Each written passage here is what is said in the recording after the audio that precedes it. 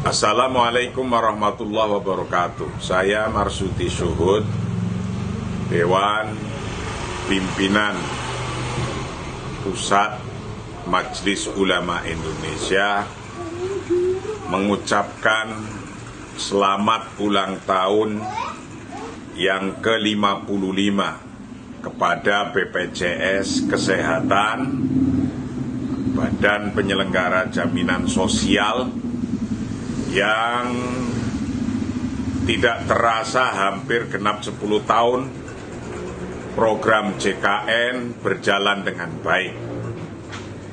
Begitu pula banyak masyarakat yang sudah merasakan manfaatnya di balik program-program besar tersebut.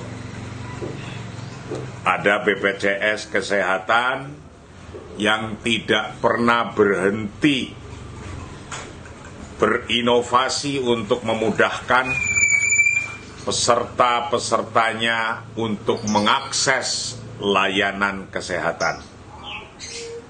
Saya mengapresiasi atas kerja keras itu.